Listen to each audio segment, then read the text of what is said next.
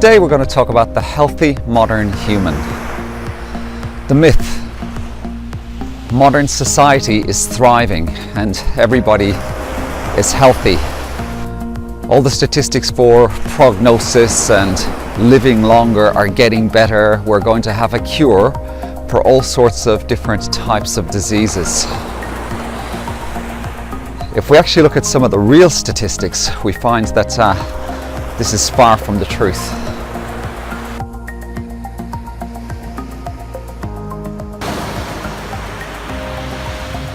Six out of 10 adult Americans suffer from a chronic health condition. 4 out of 10 adult Americans suffer from 2 or more chronic health conditions. A chronic health condition is a condition that lasts for quite a long time, and it can even be a permanent condition or a terminal one like cancer or asthma, heart conditions or bowel conditions. And you can find these statistics on a few different resources. One of the biggest resources is the CDC, or the Center for Disease Control in America, which anybody can access and look up. And if you dig around in there, you can find lots of interesting things. In Australia, a very good resource is Beyond Blue. They deal with mental health issues and statistics. And the statistics about mental health in Australia are really quite sad and quite troubling.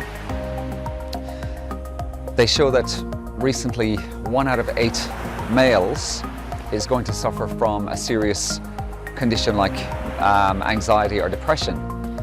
It shows that 1 in 7 women in Australia are going to suffer from. And recently, up until about 2018, I think about 3,000 people every year in Australia are dying due to committing suicide. And that works out to about 9 a day. The statistics with our children are fairly grim as well. Something like 80% of all teenagers between the ages of 12 and 17 are going to have a serious mental health condition. And the statistics for self-harm are something like 1 in 10 teenagers are doing some sort of self-harm. And that's quite a lot. So the mistake here is that there is some kind of mystery involved. There's not really much of a mystery if we look into it. And my purpose in doing these kind of chats is to start opening the door to show people about the way to avoid these pitfalls and these mistakes. We have lots of amazing people in the industry really trying to help people out. We've got great doctors, we've got great social workers, we've got fantastic psychologists. But unfortunately, all these people and in these industries, they've been corrupted by a lot of economic motives. So people aren't getting the information they need about how to get better and how to avoid some of the problems. So the mechanics of how we address this whole system and this whole issue are fairly straightforward. The first one is you have to have knowledge and you have to have education. You don't just blindly accept what you're told. What you do is you get as much information about whatever condition or whatever diagnosis you've been given, and you look at the facts around it. You look at what it means. And if it's confusing, you go to resources like the ones I'll be showing you, and you try to make sense of everything. Unfortunately, with some of the information we're given, especially from some well-meaning practitioners and well-meaning clinicians, it can be quite misleading. We have this idea that mental health is in our heads.